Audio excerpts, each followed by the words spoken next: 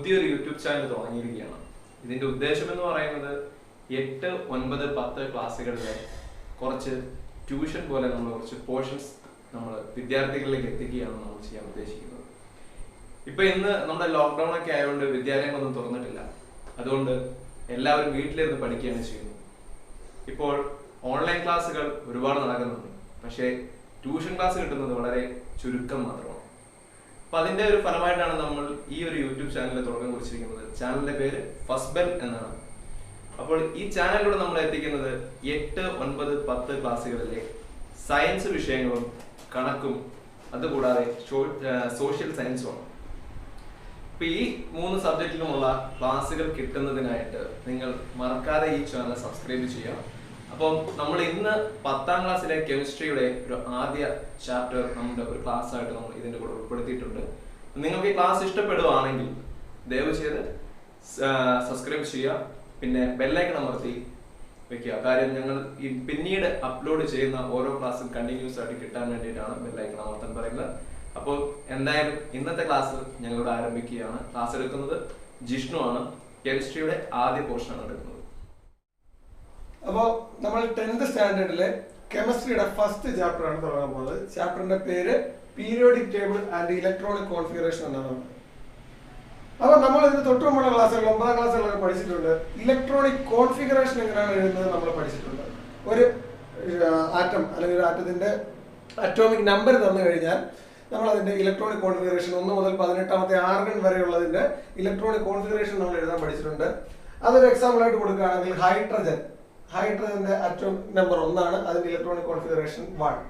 മറ്റൊരു example sodium 11, അതിന്റെ electronic configuration എഴുതുകയാണെങ്കിൽ 2, 8, 1.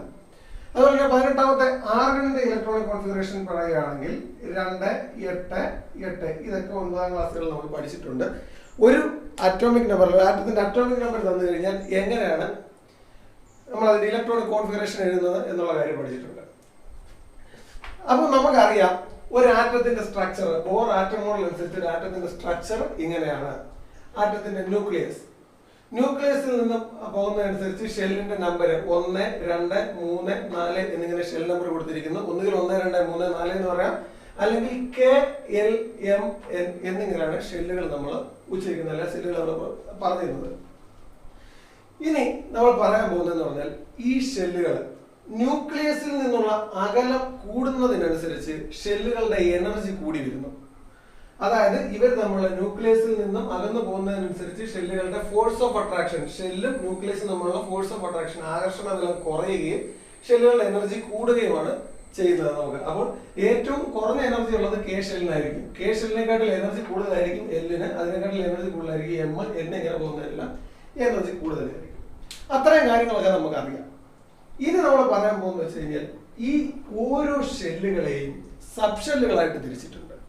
ആ സബ് ഷെല്ലുകളുടെ കാര്യമാണ് പ്രധാനമായും നമ്മൾ ഈ ചാപ്റ്ററിൽ ഡിസ്കസ് ചെയ്യാൻ പോകുന്നത്. ആദ്യത്തെ ഷെല്ല്, ന്യൂക്ലിയസിനോട് ഏറ്റവും അടുത്ത ഷെല്ലാണ് ഫസ്റ്റ് ഷെല്ല്, K ഷെല്ല്. ഈ K ഷെല്ലിനെ ഒറ്റ സബ് ഷെല്ലായി മാത്രമേ തിരിച്ചിട്ടുള്ളൂ, അതാണ് S. K എന്ന് പറയുന്ന ഷെല്ലിനെ S എന്ന് പറയുന്ന സബ് ഷെല്ലായി മാത്രമേ തരംതിരിച്ചിട്ടുള്ളൂ. അടുത്തത് രണ്ടാമത്തെ ഷെല്ലാണ് L.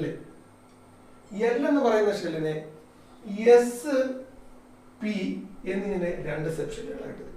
അപ്പൊ Kയിലും S ഉണ്ട്, Lലും S ഉണ്ട്, പിന്നെ അഡീഷണൽ ആയിട്ട് P ഉണ്ട്. M ഷെൽ അഥവാ മൂന്നാമത്തെ ഷെൽ എന്ന് പറയുമ്പോൾ അതിനെ സബ് ഷെല്ലുകളായിട്ട് തിരിച്ചിരിക്കുന്നത് S, P, D ഇങ്ങനെ 3 ആയിട്ട് തിരിച്ചിരിക്കുന്നു. N ഷെല്ലിനെ തിരിച്ചിരിക്കുന്നത് S, P, D, F ഇങ്ങനെ 4 ആയിട്ട് തിരിച്ചിട്ടുണ്ട്. അപ്പൊ നമ്മൾ പറഞ്ഞു ഈ ഷെല്ലുകളെ ഇത്രയും സബ് ഷെല്ലുകളായിട്ട് തരംതിരിച്ചിട്ടുണ്ട്. നമുക്കറിയാം ഒന്നാമത്തെ ഷെല്ലാണ് K, രണ്ടാമത്തെയാണ് L, മൂന്നാമത്തെ ഷെല്ലാണ് M, നാലാമത്തെയാണ് L. ഇനി നമ്മൾ പറയുന്നത്, നമുക്കറിയാം ഓരോ ഷെല്ലിലും ഉൾക്കൊള്ളാൻ കഴിയുന്ന പരമാവധി ഇലക്ട്രോൺ, മാക്സിമം നമ്പർ ഓഫ് ഇലക്ട്രോൺസിന്റെ എണ്ണം നമുക്കറിയാം. അതായത് K ഷെല്ലില് പരമാവധി 2 പേരെ ഉൾക്കൊള്ളുന്നു, L ഷെല്ലില് പരമാവധി 8 പേരെ, M ഷെല്ലിലാണെങ്കിൽ പരമാവധി 18 പേരെ ഉൾക്കൊള്ളുന്നു, N ഷെല്ലിലാണെങ്കിൽ മാക്സിമം 32 പേരെ നമുക്ക് ഉൾക്കൊള്ളാൻ സാധിക്കും. ഇതെല്ലാം നമ്മൾ മുൻകൂട്ടി പഠിച്ചിട്ടുള്ള. ഇനി ഓരോ സബ്ഷെല്ലിലും എത്ര ഇലക്ട്രോണുകളെ വെച്ച് മാക്സിമം അറ്റൻഡ് ചെയ്യാൻ പറ്റും അല്ലെങ്കിൽ മാക്സിമം അതിനകത്ത് ഉൾക്കൊള്ളാൻ പറ്റും എന്നുള്ള കാര്യമാണ് പറയുന്നത്. എസ് സബ്ഷെല്ലിൽ നമുക്ക് 2 ഇലക്ട്രോണുകളെ മാത്രമേ ഉൾക്കൊള്ളാൻ കഴിയൂ, പരമാവധി 2 ഇലക്ട്രോണുകളെ. പി സബ്ഷെല്ലിൽ മാക്സിമം 6 ഇലക്ട്രോണുകളെയും ഡി സബ്ഷെല്ലിൽ നമുക്ക് മാക്സിമം 10 ഇലക്ട്രോണുകൾ ഉൾക്കൊള്ളാൻ സാധിക്കും. പിന്നെ ഒരു സബ്ഷെല്ലും കൂടെ ഉള്ളൂ, എഫ് സബ്ഷെൽ. എഫ് സബ്ഷെല്ലിൽ നമുക്ക് പരമാവധി 14 ഇലക്ട്രോണുകൾ നമുക്ക് ഉൾക്കൊള്ളാൻ സാധിക്കും. എസ് സബ്ഷെല്ലിൽ 2, പിയിൽ 6, ഡിയിൽ 10, എഫിൽ 14. അപ്പൊ നമുക്ക് ഇത് വെച്ച് കണക്ക് ശരിയാ നോക്കാം. കെ ഒന്നാമത്തെ ഷെല്ലിൽ 2 ഇലക്ട്രോണുകളെ ഉൾക്കൊള്ളൂ. കെയിൽ എത്ര സബ്ഷെല്ലുകളെ ഉള്ളൂ? ഒറ്റ സബ്ഷെല്ലിലുള്ളത് എസ്. എസിൽ പരമാവധി 2 ഇലക്ട്രോണുകൾ. അവിടെ 2 ഇലക്ട്രോണുകൾ ഉൾക്കൊള്ളു. എൽ എന്ന് പറയുന്ന ഷെല്ലിൽ 2 സബ്ഷെല്ലുകൾ, എസ് പി. എസിൽ 2 ഇലക്ട്രോണുകളും പിയിൽ 6 ഇലക്ട്രോണുകളും. 2ഉം 6ഉം ടോട്ടൽ 8 ഇലക്ട്രോണുകൾ എല്ലിൽ കൊള്ളും. അതാണ് നമ്മളവിടെ പറഞ്ഞ എൽ എന്ന് പറയുന്ന ഷെല്ലിൽ 8 ഇലക്ട്രോണുകൾ ഉൾക്കൊള്ളും. ഇനി എം എന്ന് പറയുന്ന ഷെല്ലിൽ നോക്കൂ, എസ് പി ഡി 3 സബ്ഷെല്ലുകളുണ്ട്. എസ് സബ്ഷെല്ലിൽ 2 പേര് പരമാവധി കൊള്ളും, പിയിൽ 6 പേര്, ഡിയിൽ 10 പേര്. അപ്പോൾ മൊത്തത്തിൽ നോക്കുമ്പോൾ മൂന്നാമത്തെ ഷെല്ലായ എം ഷെല്ലിൽ 18 പേരെ പരമാവധി ഉൾക്കൊള്ളും. ഈ പറയുന്നതെല്ലാം മാക്സിമം എത്ര എണ്ണം ഉൾക്കൊള്ളും എന്നുള്ളതാണ്. അതിൽ കുറച്ച് എത്ര വേണമെങ്കിലും വരാം, ഇതിൽ കൂടുതലാകാൻ പറ്റുന്നില്ലെന്നുള്ളൂ. 18 ആണെങ്കിൽ 16, 17, 16 ഒക്കെ വരാൻ സാധിക്കും. അതിൽ കൂടുതലൊന്നും വരുന്നില്ലെന്നേ ഉള്ളൂ. ഇനി നാലാമത്തെ എൻ സബ്ഷെൽ. എൻ ഷെല്ലില് 4 സബ്ഷെല്ലുകളുണ്ട്, എസ് പി ഡി എഫ്. എസിൽ 2 ഇലക്ട്രോണ്, പിയിൽ 6 ഇലക്ട്രോണുകൾ മാക്സിമം ഉൾക്കൊള്ളും, ഡിയിൽ 10, എഫിൽ 14. ഇവരെല്ലാം കൂടെ കൂട്ടുമ്പോൾ 32. അതായത് നാലാമത്തെ ഷെല്ലിൽ എൻ ഷെല്ലിൽ പരമാവധി 32 ഇലക്ട്രോണുകളെ ഉൾക്കൊള്ളാൻ സാധിക്കും. അപ്പൊ ഇതാണ് അതിന്റെ ബേസിക് ആയിട്ടൊരു ഇൻട്രൊഡക്ഷൻ. സബ്ഷെല്ലുകളെ പറ്റിയുള്ള ഒരു ഇൻട്രൊഡക്ഷൻ എന്ന് പറഞ്ഞാൽ ഇതാണ്.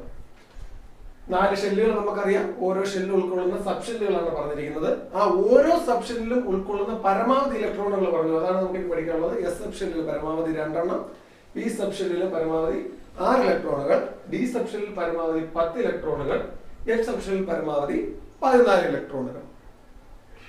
ഇനി മറ്റൊരു കാര്യമുണ്ട്. ഈ എസ് സബ്ഷെല്ല് എന്ന് പറയുമ്പോൾ അത് ഏത് ഷെല്ലിലെ എസ് സബ്ഷെല്ലാണ് എന്ന് നമുക്ക് പറയാം. നമുക്ക് നോക്കിക്കഴിഞ്ഞാൽ കെയിലും എസ് സബ്ഷെല്ലുണ്ട്, എല്ലിലും എസ് സബ്ഷെല്ലുണ്ട്, എമ്മിലും എസ് സബ്ഷെല്ലുണ്ട്, എന്നിലും എസ് സബ്ഷെല്ലുണ്ട്. ഇത് ഏത് ഷെല്ലിലെ എസ് സബ്ഷെല്ലാണ് എന്ന് പറയുമ്പോൾ നമ്മൾ അതിന്റെ കൂടെ അതിന്റെ തൊട്ട് മുൻപിലായിട്ട് അത് ഏത് ഷെല്ലാണെന്ന് കൂടി മെൻഷൻ ചെയ്യണം. ഇപ്പോൾ ഒന്നാമത്തെ ഷെല്ലിലെ എസ് സബ്ഷെല്ലാണ് നമ്മൾ പറയാൻ ഉദ്ദേശിക്കുന്നതെങ്കിൽ അവിടെ നമ്മൾ 1s എന്നാണ് കൊടുക്കുന്നത്. ഇടത്ത് ലെഫ്റ്റ് സൈഡിൽ നമ്പർ ഇടുന്നു, എസ് സബ്ഷെല്ലില് ആണെങ്കിൽ എസ് സബ്ഷെല്ലിൽ. ഇനി രണ്ടാമത്തെ ഷെല്ലിലെ എസ് സബ്ഷെല്ലാണ് നമ്മൾ മെൻഷൻ ചെയ്യാൻ ഉദ്ദേശിക്കുന്നതെങ്കിൽ അതിന് രണ്ടാമത്തെ ഷെല്ലിന്റെ നമ്പർ കൊടുക്കുന്നു, എസ് സബ്ഷെല്ലിൽ എന്ന് കൊടുക്കുന്നു. ഇനി നമുക്ക് മൂന്നാമത്തെ ഷെല്ലിലെ പി സബ്ഷെല്ലിനെയാണ് സൂചിപ്പിക്കുന്നത്. മൂന്നാമത്തെ ഷെല്ലിലെ പി സബ്ഷെല്ലിനെയാണ് നമ്മൾ മെൻഷൻ ചെയ്യേണ്ടതെങ്കിൽ അതിന് തൊട്ട് മുന്നിൽ ആദ്യമേ കൊടുക്കേണ്ടത് ഷെല്ലിന്റെ നമ്പർ 3. മൂന്നാമത്തെ ഷെല്ലിന് 3 ഷെല്ലുകളുണ്ട്, സബ്ഷെല്ലുകളുണ്ട്. നമുക്ക് എസ് പി ഡി. അതിൽ മൂന്നാമത്തെ ഷെല്ലിലെ പി സബ്ഷെല്ലിനെയാണ് നമ്മൾ മെൻഷൻ ചെയ്യേണ്ടതെങ്കിൽ 3p. ഇനി മറ്റൊന്ന് നാലാമത്തെ ഷെല്ലിലെ ഡി സബ്ഷെല്ലാണ് വേണ്ടതെങ്കിൽ 4d. ഇങ്ങനെ നമുക്ക് മെൻഷൻ ചെയ്യാം. ആദ്യമേ ഷെല്ലിന്റെ നമ്പരും അതിന് തൊട്ട് ശേഷം സബ്ഷെൽ ഏതാണോ അതും കൂടി മെൻഷൻ ചെയ്താൽ മതി. ഇങ്ങനെയാണ് നമുക്കൊരു സബ്ഷെല്ലിനെ സ്പെസിഫൈ ചെയ്ത് പറയുന്നത്. ഇവിടെ പറയാനുള്ള കാരണം ഇവിടെ 4 എസ് സബ്ഷെല്ലുണ്ട്. അപ്പൊ എസ് സബ്ഷെൽ എന്ന് പറഞ്ഞാൽ നമുക്ക് ഡൗട്ട് വരും. ഒന്നാമത്തെ ഷെല്ലിൽ എസ് സബ്ഷെല്ലാണോ, രണ്ടാമത്തെ ഷെല്ലിൽ എസ് സബ്ഷെല്ലാണോ, 3ലെയാണോ 4ലെയാണോ ഡൗട്ട് വരും. അങ്ങനെ ഡൗട്ട് ഉണ്ടാവാതിരിക്കാൻ വേണ്ടി അതിനെ സ്പെസിഫൈ ചെയ്ത് ഏതാണെന്ന് കൃത്യമായിട്ട് പറയുന്നതിന് വേണ്ടിയിട്ടാണ്. ഒന്നാമത്തെ ഷെല്ലിലാണെങ്കിൽ 1s, രണ്ടാമത്തെ ആണെങ്കിൽ 2s, ഇനി മൂന്നാമത്തെ പി ആണെങ്കിൽ 3p, നാലാമത്തെ ഡി ആണെങ്കിൽ 4d. ഇങ്ങനെ നമുക്ക് അതിനെ മെൻഷൻ ചെയ്ത് വെക്കാൻ സാധിക്കും. ഇനി നമ്മൾ ഓരോ എലമെന്റിന്റെയും സബ്ഷെൽ ഇലക്ട്രോണിക് കോൺഫിഗറേഷൻ ആണ് എഴുതാൻ പോകുന്നത്. ഇനിയാണ് നമ്മൾ ചാപ്റ്ററിലേക്ക് കടക്കുന്നത്. സബ്ഷെൽ ഇലക്ട്രോണിക് കോൺഫിഗറേഷൻ എങ്ങനെ എഴുതുന്നു? ഹൈഡ്രജൻ, നമ്മൾ ഏറ്റവും ആദ്യത്തെ എലമെന്റ് ഹൈഡ്രജന്റെ അറ്റോമിക് നമ്പർ 1. അപ്പോൾ അതിലാകെ ഒറ്റ ഇലക്ട്രോണുകൾ മാത്രമേ ഉള്ളൂ, ഒറ്റ ഇലക്ട്രോൺ മാത്രമേ ഹൈഡ്രജനിലുള്ളൂ. അത് ആദ്യമേ ഒന്നാമത്തെ ഷെല്ലിലേക്ക് പോകും. ഒന്നാമത്തെ ഷെല്ലിൽ നമുക്കറിയാം ആകെ എസ് സബ്ഷെല്ല് മാത്രമേ ഉള്ളൂ. ഒന്നാമത്തെ ഷെല്ലിലെ എസ് സബ്ഷെല്ലിലേക്ക് പോകും ആദ്യത്തെ ഇലക്ട്രോൺ. അവിടെ ആകെ ഒറ്റ ഇലക്ട്രോണേ ഉള്ളൂ. അപ്പോൾ ഇലക്ട്രോണുകൾ നമ്മൾ എഴുതുമ്പോൾ എപ്പോഴും അതിന് മുകളിലായിട്ട് സബ്ഷെല്ലിന് തൊട്ട് മുകളിലായിട്ടാണ് എഴുതുന്നത്. ഇത് നമ്മൾ വായിക്കുന്നത് 1s1 എന്നാണ് നമ്മൾ ഇതിനെ പ്രൊണൗൺസ് ചെയ്യുന്നത്. വായിക്കുന്നത് 1s1. അപ്പോൾ ഹൈഡ്രജന്റെ സബ്ഷെൽ ഇലക്ട്രോണിക് കോൺഫിഗറേഷൻ എന്ന് പറഞ്ഞു കഴിഞ്ഞാൽ 1s1. ഇനി ഇതിന്റെ തൊട്ടടുത്ത എലമെന്റ് ആയിട്ടുള്ള ഹീലിയം, ഹീലിയത്തിന്റെ അറ്റോമിക് നമ്പർ 2 ആണ്. ആ ഹീലിയത്തിന് 2 ഇലക്ട്രോണുകളുണ്ട്. നമുക്കറിയാം അറ്റോമിക് നമ്പർ 2 ആണ്, അതിന് 2 ഇലക്ട്രോണുണ്ട്. അപ്പോൾ ആ 2 ഇലക്ട്രോണുകളും ഒന്നാമത്തെ ഷെല്ലിലേക്ക് തന്നെ പോകത്തുള്ളൂ. കാരണം ഒന്നാമത്തെ ഷെല്ലിൽ പരമാവധി 2 ഇലക്ട്രോണുകൾ ഉൾക്കൊള്ളാമല്ലോ. അപ്പോൾ ഒന്നാമത്തെ ഷെല്ലിലേക്ക് പോയി. ഒന്നാമത്തെ ഷെല്ലിൽ ആകെ ഏത് സബ്ഷെല്ല് മാത്രമേ ഉള്ളൂ? എസ് സബ്ഷെല്ല് മാത്രമേ ഉള്ളൂ. അപ്പോൾ ഒന്നാമത്തെ ഷെല്ലിലെ എസ് സബ്ഷെല്ലിലേക്ക് പോയി. എത്ര ഇലക്ട്രോണുകൾ? 2 ഇലക്ട്രോണുകൾ. കാരണം ആ എസ് സബ്ഷെല്ലിൽ പരമാവധി 2 ഇലക്ട്രോണുകൾ ഉൾക്കൊള്ളാൻ സാധിക്കും. ഇനി അടുത്തത് 3 എക്സാമ്പിൾ എഴുതി കാണിക്കാം. മൂന്നാമത്തെ ലിഥിയം, മൂന്നാമത്തെ എലമെന്റ് ആണ് ലിഥിയം. ആ ലിഥിയത്തില് 3 ഇലക്ട്രോണുകളുണ്ട്. ഒന്നാമത്തെ ഷെല്ലിലെ സബ്ഷെല്ലില് പരമാവധി 2 ഇലക്ട്രോണുകളെ കൊള്ളത്തുള്ളൂ. അപ്പോൾ നമ്മൾ അവിടെ എഴുതണം 1s2. കാരണം ഒന്നാമത്തെ ഷെല്ലിൽ എസ് സബ്ഷെല്ലിൽ 2 ഇലക്ട്രോണുകൾ മാത്രം ഉൾക്കൊള്ളുന്നത്, അവിടെ 1s2. പിന്നെയും അവിടെ 2 ഇലക്ട്രോണുകൾ മാത്രമേ കൊള്ളുള്ളൂ. പിന്നെയും അവിടെ 1 ഇലക്ട്രോണും കൂടി ഉണ്ട്. ആ 1 ഇലക്ട്രോൺ നേരെ രണ്ടാമത്തെ ഷെല്ലിലേക്ക് വരും. രണ്ടാമത്തെ ഷെല്ലിൽ വന്നാലും രണ്ടാമത്തെ ഷെല്ലിൽ ആദ്യം പോകുന്നത് രണ്ടാമത്തെ ഷെല്ലിലെ എസ് സബ്ഷെല്ലിലേക്കായിരിക്കും. രണ്ടാമത്തെ ഷെല്ലിലെ എസ് സബ്ഷെല്ലിലേക്ക് ആ ഇലക്ട്രോണുകൾ പോയി. ആ രണ്ടാമത്തെ ഷെല്ലിൽ എസ് സബ്ഷെല്ലിൽ പോകാന്ന് വെച്ചാൽ അവിടെ എത്ര ഇലക്ട്രോണും കൂടെ ബാക്കിയുള്ളൂ? ഇവിടെ ടോട്ടൽ 3 ഇലക്ട്രോണേ ഉള്ളൂ. അതിൽ 2 ഇവിടെ പോയി, പിന്നെ ബാക്കി 1 കൂടെ കാണത്തുള്ളൂ. 1s2 2s1. ഇതിനിടയ്ക്ക് സാധാരണ കോമ ഉപയോഗിക്കാറില്ല. സബ്ഷെൽ ഇലക്ട്രോണിക് കോൺഫിഗറേഷൻ സാധാരണ കോമ ഉപയോഗിക്കാറില്ല. അപ്പൊ ഹൈഡ്രജൻ, ഹീലിയം, ലിഥിയം. നാലാമത്തെ ഒരെണ്ണം കൂടെ ബെറിലിയം. ബെറിലിയത്തിന്റെ atomic number 4. അതിൽ 4 ഇലക്ട്രോണുകളുണ്ട്. അതിന്റെ സബ്ഷെൽ ഇലക്ട്രോണിക് കോൺഫിഗറേഷൻ എഴുതുമ്പോൾ നമുക്ക് പിന്നെ ഡൗട്ടില്ല. ആദ്യത്തെ 2 എണ്ണം 1s പോകുന്നു. അപ്പോൾ 1s2. തൊട്ടടുത്ത 2 ഇലക്ട്രോണുകൾ എങ്ങോട്ടേക്ക് പോകുന്നു? 2s പോകുന്നു. അവിടെ 2s പരമാവധി 2 എണ്ണം കൊള്ളും. അതുകൊണ്ട് ബാക്കിയുള്ള 2 എണ്ണം അതിലേക്ക് പോകുന്നു. 2s2.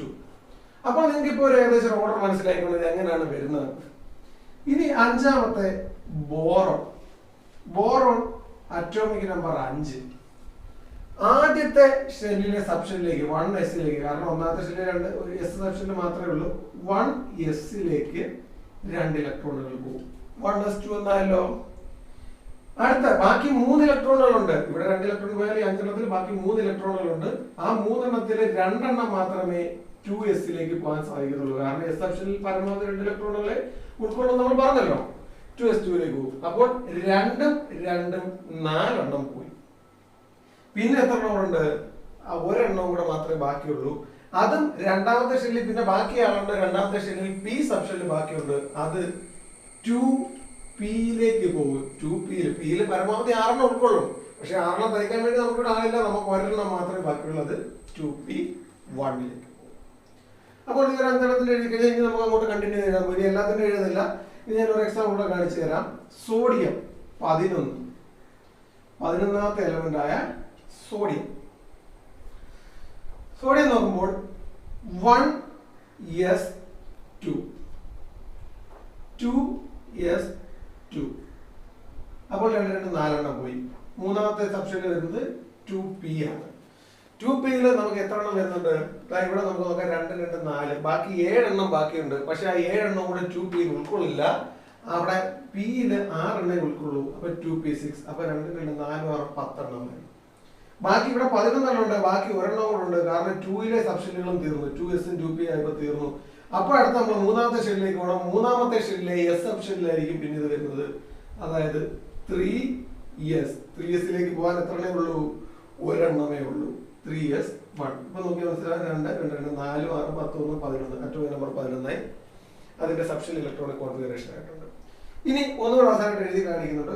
കാരണം ഇത് നമ്മൾ മുൻ വർഷങ്ങളിൽ പഠിച്ചതിന്റെ കണ്ടിന്യൂഷൻ ആയിട്ടാണ് ഞാൻ പറഞ്ഞത്. കഴിഞ്ഞ വർഷം ആർഗൺ വരെയുള്ള എലമെന്റുകളുടെ ഇലക്ട്രോണിക് കോൺഫിഗറേഷൻ നമ്മൾ എഴുതാൻ പഠിച്ചിട്ടുണ്ട്. ആ ആർഗൺ വരെയുള്ള സബ്ഷെൽ ഇലക്ട്രോണിക് കോൺഫിഗറേഷൻ ഞാൻ പറഞ്ഞത്. അത് കഴിഞ്ഞ് ഒരു മാറ്റമുണ്ട്, പറഞ്ഞുതരാം. ആർഗൺ 18.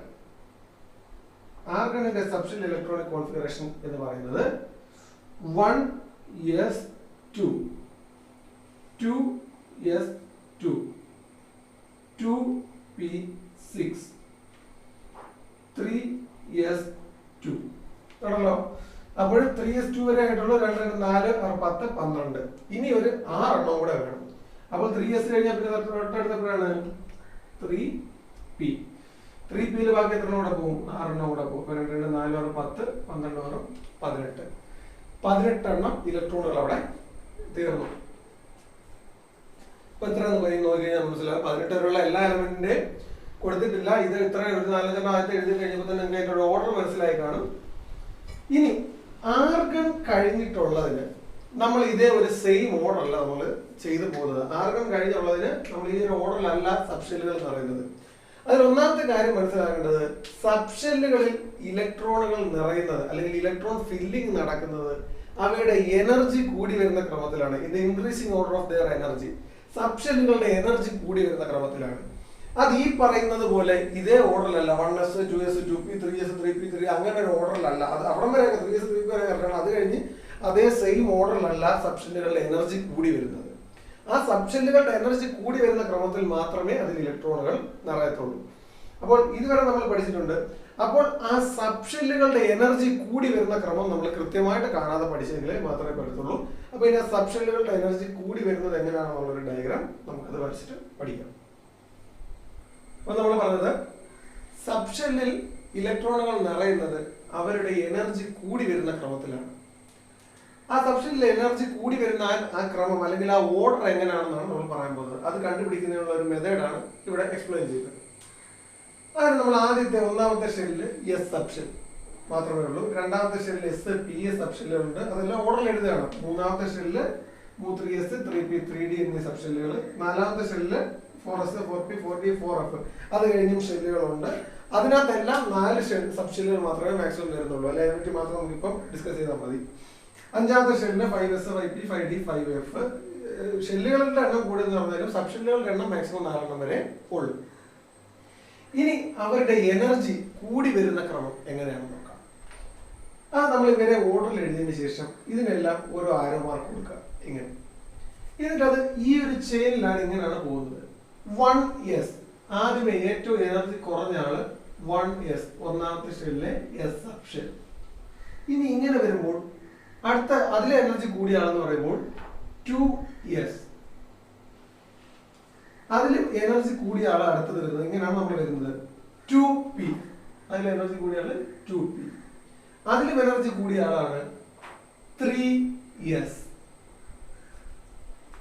അതിലും എനർജി കൂടിയ ആളെ നമ്മൾ പിന്നെ നോക്കുമ്പോൾ ഇങ്ങനെ വന്നിട്ട് ഇങ്ങനെയാണ് നോക്കുന്നത്. ഇങ്ങനെ വന്ന് നോക്കുന്നത് 3p. അതിൽ എനർജി കൂടിയ ആള് 3p ആണ്. 3p കഴിഞ്ഞാൽ പിന്നെയും അതിനെക്കാട്ടിൽ എനർജി കൂടിയ ആളാണ് 4s. അപ്പോൾ തന്നെ നമ്മൾ ശ്രദ്ധിക്കാം 3p കഴിഞ്ഞാൽ 3d അല്ല വരുന്നത് 4s ആണ് വരുന്നത്. ആ 4s കഴിഞ്ഞിട്ടാണ് പിന്നെ നമ്മൾ എന്ത് ചെയ്യുന്നത് 3d എനർജി കൂടി വരുന്ന ക്രമത്തിലാണ് എഴുതുന്നത്. അപ്പോൾ തന്നെ ഒരു കാര്യം മനസ്സിലായിക്കോണം. മൂന്നാമത്തെ ഷെല്ലിലെ പി സബ്ഷെല്ലിൽ ഇലക്ട്രോണുകൾ നിറഞ്ഞു കഴിഞ്ഞാൽ പിന്നെ നാലാമത്തെ ഷെല്ലിലെ എസ് സബ്ഷെല്ലിലാണ് നിറയുന്നത്. അത് കഴിഞ്ഞതിന് ശേഷം മാത്രമേ മൂന്നാമത്തെ ഷെല്ലിലെ ഡി സബ്ഷെല്ലിൽ ഇലക്ട്രോണുകൾ നിറയൂ. അതാണ് ഇവരുടെ എനർജി കൂടി വരുന്നത്. ഇൻക്രീസിംഗ് ഓർഡർ നമ്മൾ പറഞ്ഞില്ല. ഇൻക്രീസിംഗ് ഓർഡർ അനുസരിച്ച് മാത്രമേ നമുക്കിതിൽ ഇലക്ട്രോണുകൾ നിറയത്തുള്ളൂ. അപ്പൊ 3d കഴിഞ്ഞാൽ പിന്നുടനെ നിറയുന്നത് 4p സബ്ഷെല്ലിലാണ്. അവിടെ നമുക്ക് അറിയാം. പിന്നെ വരുന്നത് 5s. പിന്നെ നമുക്ക് നോക്കിക്കഴിഞ്ഞാൽ അടുത്തത് വരുന്നത് 4d. പിന്നെ എനർജി കൂടുന്നത് 4d. 4d-യെക്കാട്ടിൽ എനർജി കൂടിയ ആളാണ് 5p. അതിനെക്കാട്ടി എനർജി കൂടുതലാണ് 6s-ന്. പിന്നെ നമുക്ക് ഇവിടെ നോക്കിക്കഴിഞ്ഞാൽ മനസ്സിലാവും 6s കഴിഞ്ഞ് 4f 5d 6p എന്നൊക്കെ പറഞ്ഞ് അങ്ങോട്ട് വരും. നമുക്ക് തൽക്കാലം ഇവിടെ വരെയുള്ള കാര്യങ്ങളൊക്കെ മതി. ഇവിടെ വരെയൊക്കെയുള്ളത് നമുക്ക് ആവശ്യമുള്ളൂ. 4d 4f 5d 6p 7s എന്നിങ്ങനെ പറഞ്ഞ് നമുക്ക് ഇങ്ങനെ കണ്ടിന്യൂ ചെയ്ത് പോകാൻ സാധിക്കും. അപ്പോൾ നമുക്ക് എത്ര എണ്ണം വേണമെങ്കിലും എഴുതാം. നമുക്കിപ്പോൾ ഈ 10th ചാപ്റ്ററിൽ ഈ ലെവൽ വരെയൊക്കെ ആവശ്യമുള്ളൂ. ഒന്നുകൂടി പറഞ്ഞുതരാം. 1s 2s 2p 3s 3p 4s 3d 4p 5s 4d 5p 6s 4f പിന്നെ 5d 6p 7s ഇങ്ങനെ കണ്ടിന്യൂ ചെയ്ത് പോകും. നമുക്ക് ഏകദേശം ഇത്ര 10-15 പഠിച്ചു വെച്ചിരുന്നാൽ മാത്രം മതി. അപ്പോൾ ഇതനുസരിച്ചാണ് നമ്മൾ ഇനി സബ്ഷെൽ ഇലക്ട്രോണിക് കോൺഫിഗറേഷൻ എഴുതാൻ പോകുന്നത്. ഒരു നോർമൽ ലെവലിൽ വെച്ചിട്ട് നമ്മൾ ഇതനുസരിച്ച് മാത്രമാണ് എഴുതേണ്ടത്. അപ്പോൾ ആദ്യം ഞാൻ നിങ്ങൾക്ക് ഒരു ഇൻട്രൊഡക്ഷൻ രീതി പറഞ്ഞതാണ്. അപ്പോൾ ഇത് ഇത്രയും നമ്മളത് പഠിച്ച് തന്നെ വെച്ചിരിക്കണം. അല്ലെങ്കിൽ ഇത് കാണാൻ പഠിച്ചു വെച്ച് കഴിഞ്ഞാൽ നമുക്ക് വളരെ എളുപ്പത്തിൽ എഴുതാം. അല്ലെങ്കിൽ പിന്നെ ഇത് എഴുതി വരച്ച് നോക്കി കണ്ടുപിടിക്കാൻ അത് കുറച്ച് ടൈം കൺസ്യൂം ചെയ്യണം, ടൈം കുറച്ച് കൂടുതൽ എടുക്കുക. അതുകൊണ്ട് ഇത് കുറച്ച് അതിന്റെ ഓർഡറിൽ പഠിച്ചു വെക്കുന്നതായിരിക്കും നല്ലത്. ഇനി നമുക്ക് ആദ്യം പറഞ്ഞ സബ്ഷെൽ ഇലക്ട്രോണിക് കോൺഫിഗറേഷൻ ഇതിന്റെ ഓർഡറിൽ എഴുതാം. നോക്കൂ, നമുക്ക് 3P വരെ യാതൊരു കുഴപ്പമില്ല. അതുകൊണ്ടാണ് ആർഗൺ വരെ ഞാൻ നോർമൽ ലെവലിൽ എഴുതി നിങ്ങളെ കാണിച്ചത്. ആർഗൺ 18 അത് നമ്മൾ എങ്ങനെ എഴുതിയത്? ഒന്നാമത്തെ ഷെല്ലിലെ എസ് സബ് ഷെല്ലിൽ പരമാവധി എത്ര എണ്ണം കൊണ്ടു? 2 എണ്ണം ഉൾക്കൊണ്ടു. രണ്ടാമത്തെ ഷെല്ലിലെ എസ് സബ് ഷെല്ലിൽ പിന്നെ രണ്ടാമത്തെ ഷെല്ലില് 2 എണ്ണം. ഇനി മൂന്നാമത്തെ 2P പരമാവധി എത്ര എണ്ണം കൊള്ളും? 6 എണ്ണം. അപ്പോഴും 2, 4, 6, 10 എണ്ണമേ ആയിട്ടുള്ളൂ. പിന്നെ അടുത്ത ഏതാണ്? 3S. മൂന്നാമത്തെ ഷെല്ല് 3S. 3Sൽ എത്ര എണ്ണം കൊണ്ടു? 2 എണ്ണം. അപ്പോഴും ടോട്ടൽ 12 എണ്ണം മാത്രമേ ആയിട്ടുള്ളൂ. നാലാമത്തെ ഷെല്ല് അടുത്തത് പിന്നെ വരുന്നത് എത്രയാണ്? 3Pയിൽ എത്ര എണ്ണം ഉൾക്കൊള്ളുന്നു? 6 എണ്ണം. ഇവിടെ വരെ നോർമൽ ലെവലിലാണ് പോകുന്നത്. നമ്മൾ സാധാരണ ഇതിൽ അടുത്തത് 3D എന്ന് വിചാരിക്കും. പക്ഷെ 3D അല്ല, 4S നടന്നതിന് ശേഷം മാത്രമേ 3Dയിൽ വരും. അപ്പോൾ ഇനി അങ്ങോട്ട് വ്യത്യാസം വരാൻ പോകുന്നത് ആർഗൺ കഴിഞ്ഞതിന് ശേഷമുള്ളതിനാണ് നമുക്ക് വ്യത്യാസം വരാൻ പോകുന്നത്. ഓക്കെ, അപ്പൊ ഇനി നമുക്ക് നേരത്തെ പറഞ്ഞ പോലെ എല്ലാത്തിനും എഴുതുന്ന കുറച്ച് എലമെന്റ്സിന്റെ സബ്ഷെൽ ഇലക്ട്രോണിക് കോൺഫിഗറേഷനും അതിൽ നിന്ന് എങ്ങനെ ഇലക്ട്രോണിക് കോൺഫിഗറേഷൻ ആയി ഉണ്ടാക്കി നമുക്ക് മാറ്റിയെടുക്കാമെന്ന് നോക്കാം. ഹൈഡ്രജൻ 1, ആദ്യത്തെ നമ്മൾ എപ്പോഴും തുടങ്ങുന്ന ഹൈഡ്രജൻ 1, അതിന്റെ സബ്ഷെൽ ഇലക്ട്രോണിക് കോൺഫിഗറേഷൻ 1s1. അപ്പോൾ അതിന്റെ ഇലക്ട്രോണിക് കോൺഫിഗറേഷൻ നമ്മൾ നോക്കിക്കഴിഞ്ഞാൽ ഒന്നാമത്തെ ഷെല്ലിൽ ഒറ്റ ഇലക്ട്രോണേ ഉള്ള ഇലക്ട്രോണിക് കോൺഫിഗറേഷൻ 1, കുഴപ്പമില്ല. ഹീലിയം 2 സബ്ഷെൽ ഇലക്ട്രോണിക് കോൺഫിഗറേഷൻ എഴുതുമ്പോൾ 1s2, അതിന്റെ ഇലക്ട്രോണിക് കോൺഫിഗറേഷൻ 2. ഇനി നമുക്ക് സോഡിയം നോക്കാം. സോഡിയം 11.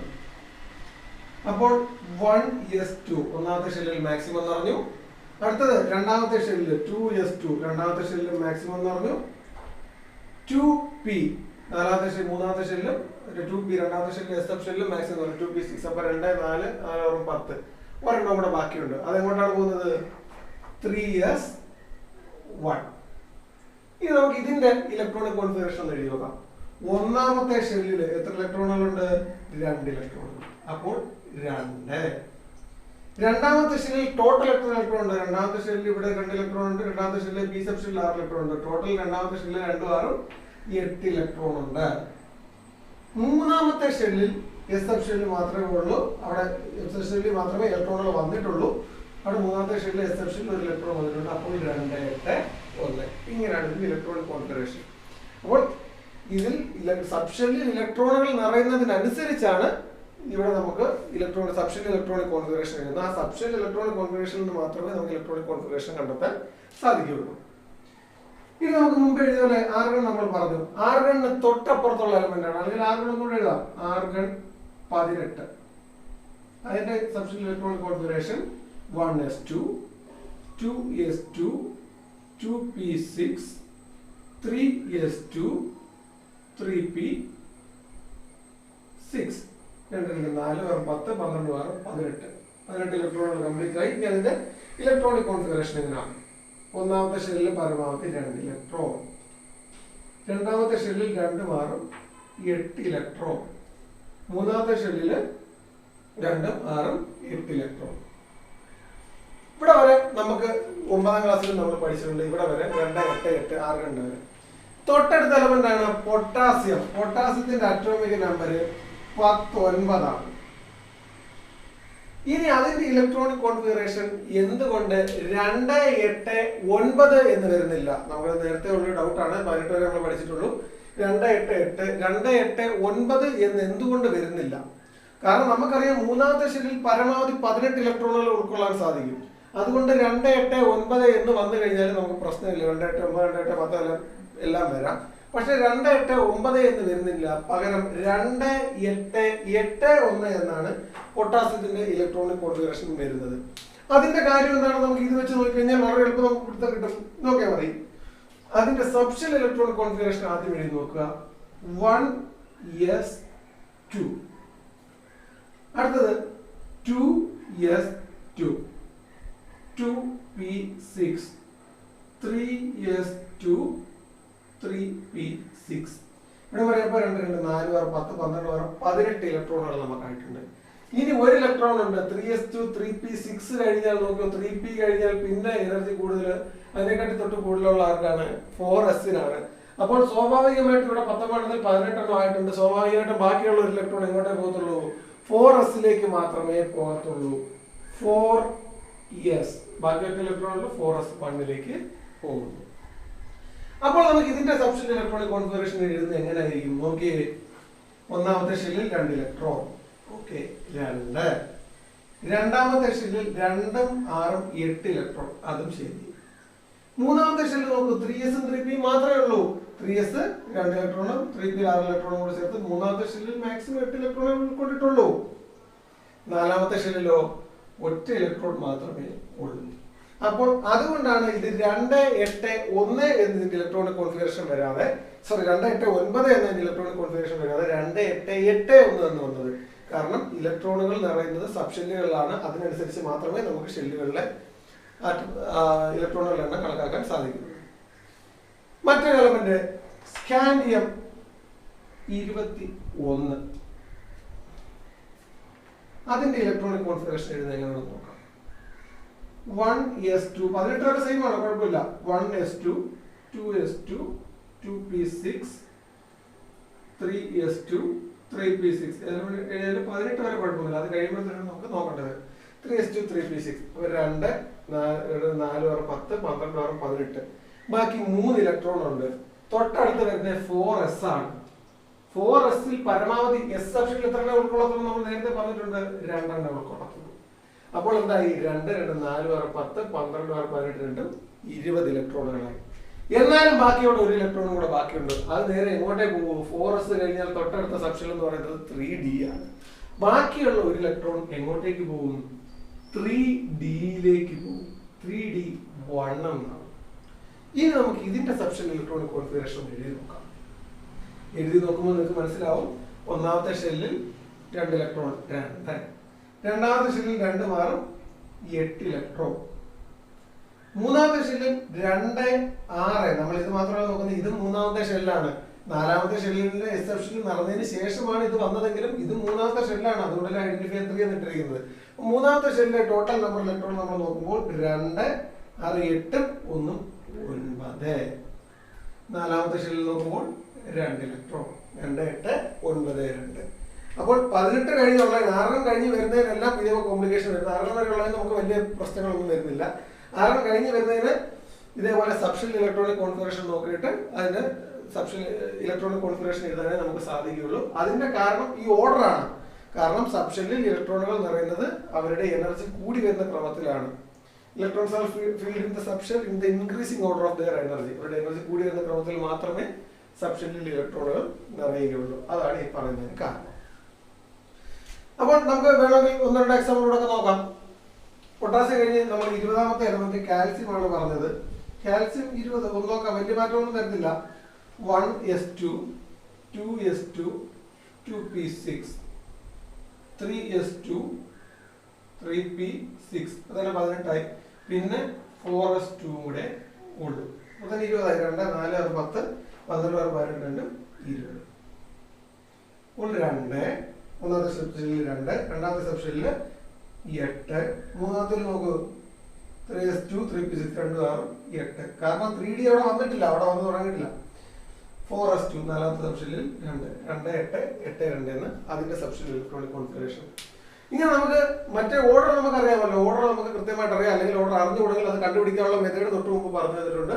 അതായത് സബ്സ്റ്റൻഷ്യലുകളുടെ എനർജി കൂടി വരുന്ന ആ മെത്തേഡ്, അത് കണ്ടുപിടിക്കാനുള്ള മെത്തേഡ് നമ്മൾ പറഞ്ഞിട്ടുണ്ട്. അത് കണ്ടുപിടിക്കുക, അല്ലെങ്കിൽ ഒരു ആദ്യത്തെ 10 15 എണ്ണം കാണാതെ പഠിച്ച് വെച്ചിരുന്നാലും മതി. അതിനനുസരിച്ച് നമുക്ക് ഈ എത്ര നമ്പറുള്ള ഇലക്ട്രോണുകളാണ്, എത്ര അറ്റോമിക് നമ്പറുള്ള എലമെന്റ് തന്നു കഴിഞ്ഞാലും നമുക്ക് ഇതിന്റെ സബ്സ്റ്റൻഷ്യൽ ഇലക്ട്രോണിക് കോൺഫിഗറേഷൻ എഴുതാനും പറ്റും. അതിൽ നിന്ന് ഇലക്ട്രോണിക് കോൺഫിഗറേഷൻ എങ്ങനെയാണെന്ന് കണ്ടെത്താനും സാധിക്കും. അപ്പൊ നമ്മൾ ഇത്രയുമാണ് ഇന്നത്തെ കാര്യത്തിൽ നമ്മൾ പറഞ്ഞത്.